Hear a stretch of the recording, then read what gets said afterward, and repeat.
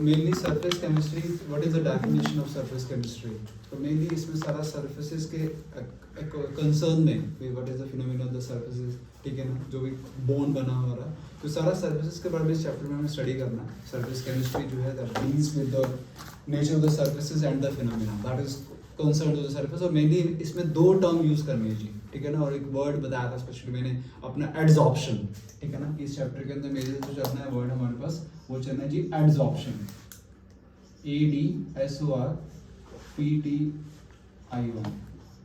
Adsorption that is the surface phenomena. और मैंने कहा इसमें दो वर्ड यूज करते हैं जी हम अपना, एड्सोबेट एंड एड्सोबेंड। एड्सोबेट, एड्सोबेंड। एड्सोबेट जो पार्टिकल हमारे एड्सॉर्ब होंगे जी दैट इज द एड्सोबेट, ठीक है, और जिस सरफेस पे अटैच होंगे that is the adsorbent. So we can say that कि जो मैंने एग्जांपल लिया था अपना चौक का एग्जांपल लिया था जी, चौक को मैं सिंपल अपना इंक के ऊपर रब करता हूँ, ठीक, वो चौक क्या करता है जी, इंक को सक कर लेता, और जब उस चौक को मैं तोड़ के देखता हूँ तो चौक के अंदर तक नहीं पहुंची है इंक, उसके सरफेस पे है, राइट। तो पार्टिकल का सरफेस पे रहना that is called the adsorption. Dust particle that is, so we can say that adsorbate and adsorbent, दो टर्म यूज करने हैं जी। एड्सोबेट जिसकी एड्सॉर्प्शन होती है जी दैट इज द एड्सोबेट, और जिस सरफेस पे होगी दैट इज द एड्सोबेंड, ठीक। जिस पर हो रही है एड्सॉर्प्शन उसको हमने एड्सोबेंड बोला, और जिसकी हुई है उसको एड्सोबेट का नाम दिया, राइट। तो मैंने बेंच का एग्जांपल लिया था, dust particle attach to the bench surface, तो वो dust particle are the adsorbate and जो बेंच है जी वो एड्सोबेंड है, ठीक। तो mainly adsorption that is concern to the surface, surface के कंसर्न सारी स्टडी करनी है। एप्लीकेशन एड्सॉर्प्शन के अलावा एक वर्ड फिर असाइन किया था दैट इज द सॉर्प्शन, या फिर पहले एड्सॉर्प्शन को लेके चलता हूँ डेली लाइफ में। एग्जांपल कौन कौन से बताया था मैंने अपना कि ये जी आपका वो कोल माइन में जो वर्कर काम करते हैं, ठीक है ना, उनको एक मास्क दिया होता है, ठीक है ना, एक्टिवेटेड चारकोल की उसके ऊपर कोटिंग कर रखी होती है, बिकॉज कोल माइन में continuous sulphur dioxide poisonous gas है वो इमिट होती है जी। सल्फर कंपोनेंट होता है combined to the oxygen to form sulphur dioxide, और सल्फर डाइऑक्साइड एक पॉइजनस गैस है, तो जब उसको इनहेल करेंगे तो गड़बड़ है। सो दैट्स वाई उनको मास्क दिया होता है जी, उसके ऊपर एक्टिवेटेड चारकोल की कोटिंग कर रखी है, तो वो पॉइजनस गैसेस को एब्जॉर्ब कर लेती है, तो जो वर्कर है वो काम करते रहते हैं, ठीक है ना। सेकंड एग्जांपल वो दैट कि जो शुगर हम इनटेक करते हैं जो उसका कलर ब्राउन होता है, ठीक है ना, उसको एनिमल चारकोल के ऊपर से, रिमेंबर दैट एनिमल चारकोल, ठीक है जी, मर गए वुड की डिस्ट्रक्टिव डिस्टिलेशन की गई and to form the charcoal, right. हाँ जी, तो वहां से एनिमल चारकोल के ऊपर से पास आउट किया जाता है, देन वो ब्राउन कलर को एब्जॉर्ब करता है, व्हाइट शुगर में मिल जाती है। And third one that was कि जितने भी मिल्टन लेके आ रहे हैं जी, शूज लेके आ रहे हैं, उसमें एक सिंपल अपना ब्लैक कलर का छोटा सा पाउच होता है जी, that is the pouch of the silica gel. तो वो क्या करता है, वो मॉइस्चर को एब्जॉर्ब करता है, तो again adsorption phenomena using that in daily life. So in the example उसने बताया जी, ये सारे एग्जांपल आपके एड्सॉर्प्शन के हैं। डिफरेंशिएट करता है जी एड्सॉर्प्शन और एब्जॉर्प्शन में फर्क क्या रहेगा, कहते हैं जी एड्सॉर्प्शन और एब्जॉर्प्शन में फर्क ये है कि that is the surface phenomena and this is the bulk phenomena, ठीक है। ये हमारा बल्क फिनोमेना है और ये हमारा सरफेस फिनोमेना है। पार्टिकल का सरफेस पे अटैच है वो एड्सॉर्प्शन है।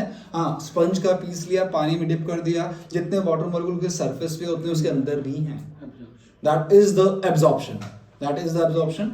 और ये चौक वाला एग्जांपल बताया मैंने अपना, ठीक है ना, इन दिस पे बेंच का एग्जांपल लेके चलो, this is the example of the adsorption. फिर एक लिटिल बिट स्टोरी क्रिएट करता है दैट इज अ पॉजिटिव और नेगेटिव। पॉजिटिव एड्सॉर्प्शन में लेके चला जी, अगेन पार्टिकल का सरफेस पे ज्यादा होना, ठीक है, और बल्क में कम होना, वो आपका पॉजिटिव है। नॉर्मल जिसको एड्सॉर्प्शन बोलते हैं जो आपके पॉजिटिव एड्सॉर्प्शन है। नेगेटिव एड्सॉर्प्शन में लेके चला स्पेशली, हाँ जी, बल्क के अंदर पार्टिकल ज्यादा हो जाए और सरफेस पे कम हो जाए।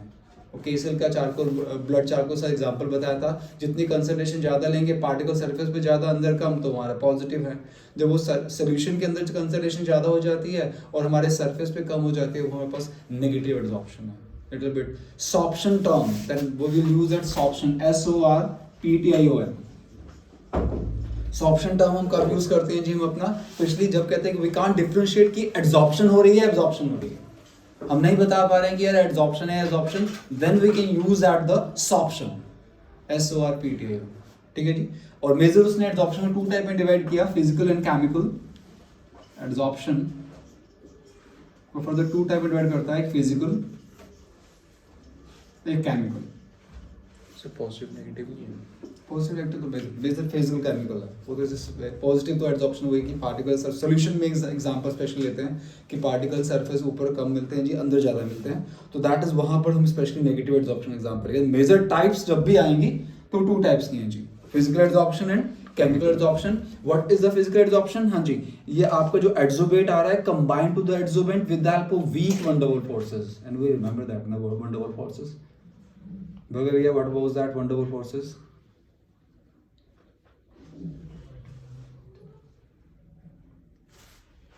गुड इन दो मॉलिक्यूल्स के बीच में जो होगी जब वो नॉन बॉन्डेड नॉन बॉन्डेड है, interaction between the two non bonded molecule that is called the van डबल फोर्सेस जी, ठीक है ना। हाँ, तो कहते हैं जो आपका एडजोबेट आया एडजोबेंट से कंबाइन कर रहा है वीक वन डबल फोर्सेस से, simple in this way, distance पे है पर एक बॉन्ड बन चुका है उनके बीच में, that is called the physical adsorption. And then जो वो केमिकली कंबाइन कर गया that is called the chemical adsorption. And physical adsorption was the reversible, attach हुआ अलग भी कर सकते हो, reverse of the adsorption is called the desorption. Adsorption particle का अटैच होना, डिसॉर्प्शन डिटैच होना, अलग हो जाना, ठीक है। सो उसने मेंशन किया कि फिजिकल एडजॉर्प्शन जी हमारे पास रिवर्सिबल है, केमिकल एडजॉर्प्शन इरिवर्सिबल है, राइट। हाँ जी, और फिजिकल एडजॉर्प्शन को we can say that combine एक टर्म फिजियोसॉर्प्शन भी प्रोनाउंस कर सकते हैं, और केमिकल एडजॉर्प्शन को कीमोसॉर्प्शन वर्ड ज्वाइन कर दिया।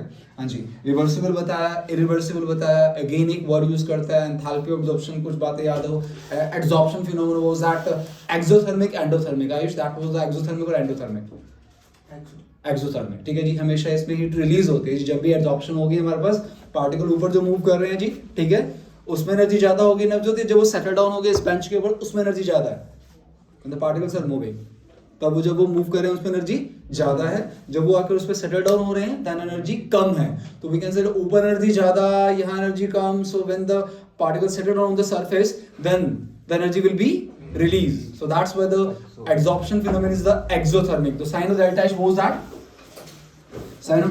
that negative. ठीक है जी, एड्सॉर्प्शन हमारा पास एक्सोथर्मिक है, एनर्जी रिलीज होती है जी हमारे पास। Okay, again second term was the delta S, entropy.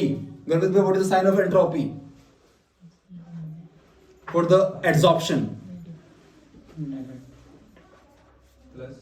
Plus में जब वो पार्टिकल ऊपर मूव करे थे तो रैंडमनेस ज्यादा, जब वो सेटल डाउन हो गए तो रैंडमनेस ज्यादा ऊपर थे, so that negative.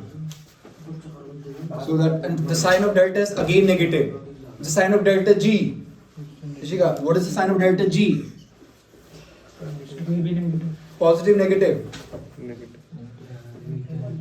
Positive. What is the meaning of positive sign delta G? Positive sign shows that direction is the spontaneous, non-spontaneous. हाँ, non-spontaneous. और जो पार्टिकल सेटल डाउन होते हैं उसमें हमारा कुछ रोल होता है, पकड़ बिठाते हैं नहीं ना, अपने आप तो स्पॉन्टेनियस है। स्पॉन्टेनियस और डेल्टा जी का साइन मस्ट बी नेगेटिव, तीनों term negative for the adsorption, ठीक है। तो यहाँ से अभी बताया कि adsorption phenomenon is the exothermic, तो यहाँ से एक टर्म क्रिएट की that is the enthalpy of adsorption. Enthalpy of adsorption what was that कि when 1 mole of adsorbate combined to the adsorbent, then the amount of energy released, that is called the enthalpy of absorption. What is the enthalpy of absorption? ठीक है, when this amount of energy released when 1 mole of adsorbate combined to the adsorbent, that is called the enthalpy of absorption. Physical के case में उसका amount बताया जी 20 to 40 kilo जो energy release होती है। इसके केस में उसने मेंशन किया 80 to 240 नेबर 200 तक एनर्जी हमारे पास रिलीज होती है जी, बिकॉज केमिकल में वो केमिकली कंबाइन करता है, इरिवर्सिबल है। फिजिकल में वो वीक वन डबल फोर्सेस से कंबाइन करता है, तो दैट्स उस केस में एनर्जी कम रिलीज होगी, केमिकल के केस में एनर्जी ज्यादा रिलीज होगी, राइट जी।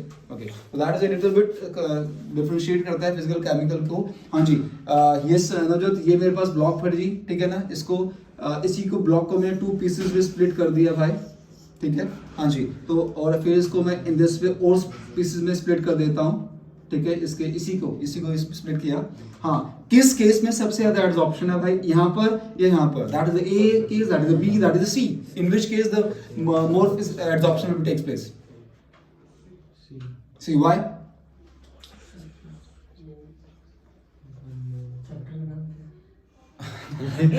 सो हाँ भाई, इसमें देखिए, इसमें सरफेस अगर चेक करें तो 1 2 3 4, इसमें सरफेस 8, इसमें और, है ना। तो जितने सरफेसेस ज्यादा बनते रहेंगे उतने पार्टिकल की अटैचमेंट ज्यादा होती रहेगी।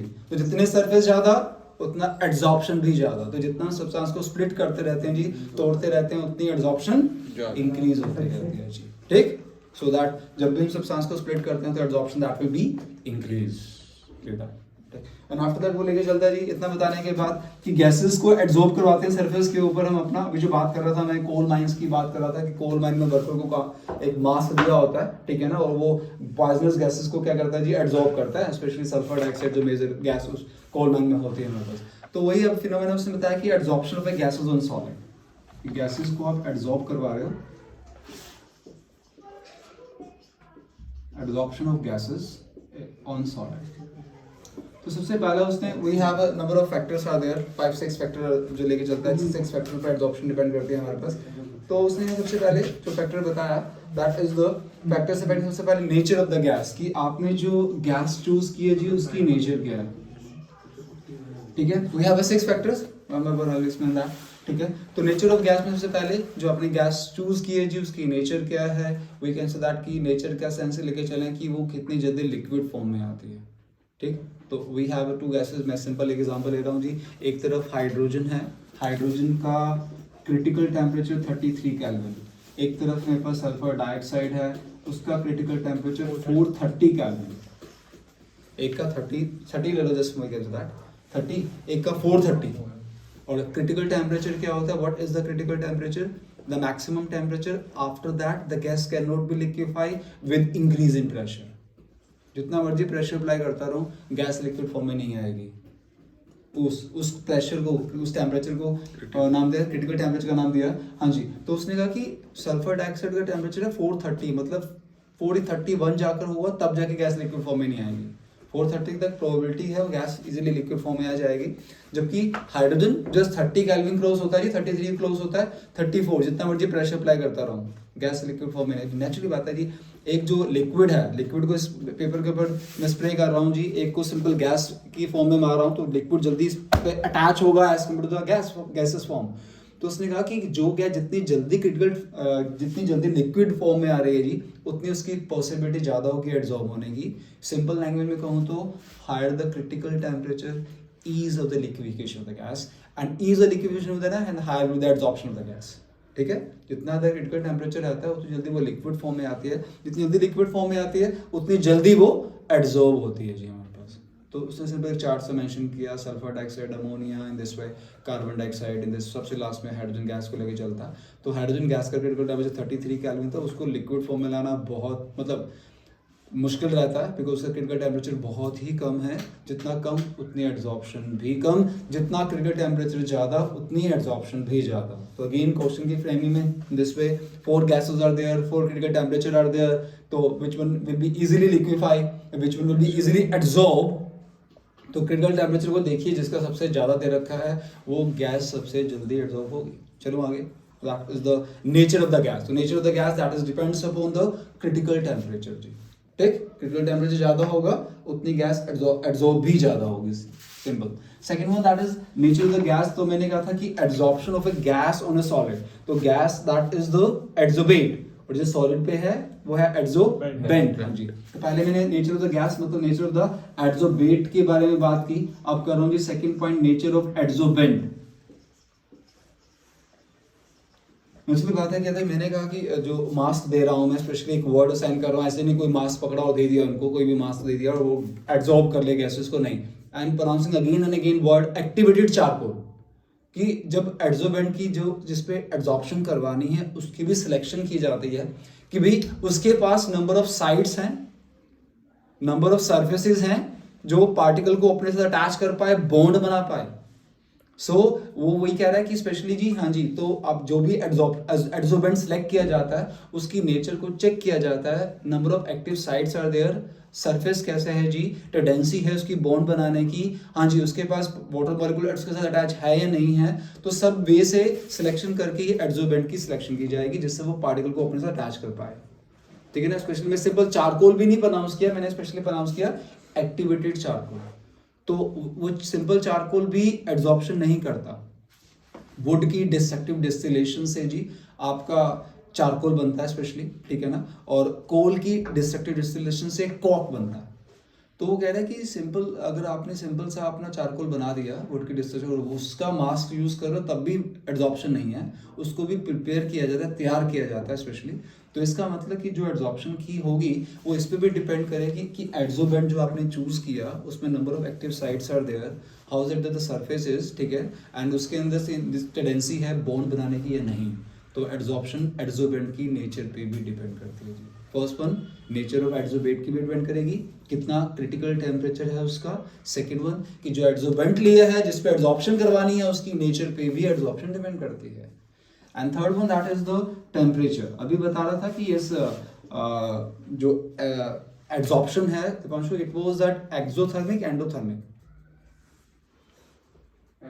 एक्सो एनर्जी रिलीज होती है जी। तो according to the Le Chatelier principle +1 class we can say that कि अगर एक्सोथर्मिक है, हीट रिलीज हो रही है, तो हमें टेम्परेचर क्या करना पड़ेगा जी, कम।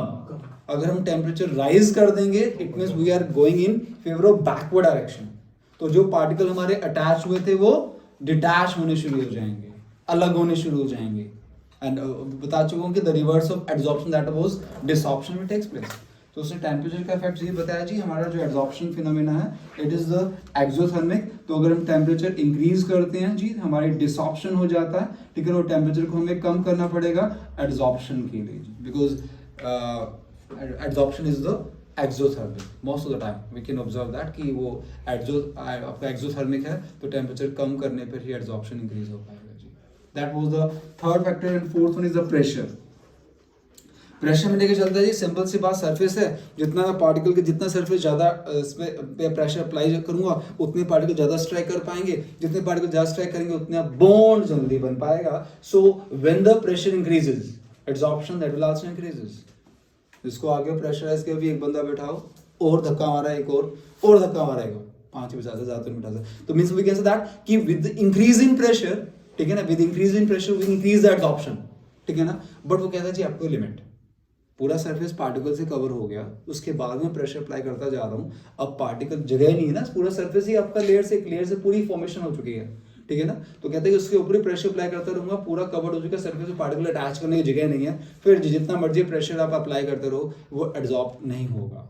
तो प्रेशर इंक्रीज करने पर absorption that will be increase but up to a limit, एक लिमिट तक। उसके बाद वो जितना मर्जी प्रेशर अप्लाई करो एब्जॉर्प्शन इंक्रीज नहीं होगी।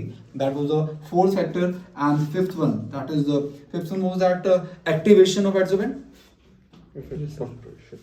एक्टिवेशन ऑफ एड्जोबेंट सर आपने वो करवा दिया सरफेस एरिया जो लास्ट आएंगे सर आप वो लास्ट में कर देते हैं, लास्ट में हाँ जी। तो यस एक्टिवेशन ऑफ एड्जोबेंट को उसने कहा जी आपके पास जो एड्जोबेंट सरफेस है जी आपका, ठीक है ना, उसको एक्टिवेट करना है। तो how can you activate the adsorbent. Adsorbent को एक्टिवेट करने का उसने बताया जी 3 वे बताया स्पेशली। फर्स्ट वन जी सबसे पहले जी आप सब्सटेंस को स्प्लिट कर दीजिए, तोड़ दीजिए, ठीक है ना। जितना अभी बताया कि जितना सरफेस सब्सटेंस को स्प्लिट करता रहता हूँ उतने नए सर्फेसेस बनते रहते हैं, जितने नए सर्फेसेस बनते रहेंगे naturally absorption that will be increase. Second one that is कहते हैं कि जो आपका सरफेस है प्लेन सरफेस है, ठीक है ना, इस पे डस्ट पार्टिकल जो भी है, ठीक है ना, आस्मोड इसको अगर रफ कर देता हूँ with the help of sand paper जिसको आप रेगमाल बोलते हैं, तो पार्टिकल नेचुरल बात है कि ज्यादा स्टिक होंगे as compare to the plane पे स्लिप हो जाएंगे ना। अगर मैं सरफेस को रफ कर दूंगा तो पार्टिकल उस पोर्स के अंदर रफ के अंदर अटक जाएंगे, और अटक जाएंगे तो we can say that absorption that will be increase. Second way. Third उसने कहा जो मैं वर्ड यूज कर रहा था अभी अपना कि एक्टिवेटेड चारकोल तो बना लिया, वुड की डिस्ट्रक्टिव डिस्टिलेशन की, हाँ जी चारकोल बन गया। वो कहता है जी वुड की डिस्ट्रक्टिव चारकोल तो बन गया, कहता है जी इसके ऊपर से फर्दर स्टीम इसके ऊपर से स्टीम को फर्दर पास आउट किया जाता है। वो स्टीम क्या करती है जी, वो इसके साथ अटैच होती है, heat with the help of heating process कहते हैं कि स्टीम को पास आउट किया गया, steam particle that will be water particle that will attach to the charcoal, और वो से बाइंड अप करके, जिसको आप एक वर्ड हाइड्रेटेड और अनहाइड्रेटेड को भी बोलते थे, अपना 10th क्लास में भी पढ़ा आपने, ठीक है। तो वाटर मॉलिक्यूल अटैच होता है, वो वाटर मॉलिक्यूल जिससे एक वर्ड हमने साइन किया जी, उस चारकोल को हमने एक्टिवेट किया with the help of heating process. Heating process में मेनली था क्या, स्टीम से पास आउट किया जाता है। स्टीम में वाटर मॉलिक्यूल है अटैच करते हैं, बॉन्ड क्रिएट करते हैं, वही वाटर मॉलिक्यूल जो अटैच करते हैं, हाँ जी, वही अपने साथ पॉइजनस गैसेस को के साथ बॉन्ड क्रिएट करते हैं। तो सिंपल चारकोल ले लिया, मास्क बना दिया, तो कोई काम का नहीं है वो। स्पेशली जी उसको तैयार कैसे किया गया, हीटिंग इफेक्ट से। तो we can say that with the help of splitting up, with the help of rubbing, ठीक है, and with the help of heating we can activate the adsorbent, that way जो सुनने के चला। तो ये था 5-6 फैक्टर्स, 5 फैक्टर्स। सरफेस एरिया तो वही है, स्पेशली जी सरफेस एरिया बढ़ा दीजिए, सब्सटेंस को तोड़ दीजिए, जितना सरफेस एरिया बढ़ जाएगा उतनी एब्जॉर्प्शन ज़्यादा हो जाएगी। They are the some factors with the help of this we can increase the absorption of a gas on a solid. तो इन सब चीज़ों को माइंड में रखते हैं जी, फिर गैसेस को सरफेस पे एब्जॉर्ब करवाया जाता है। सो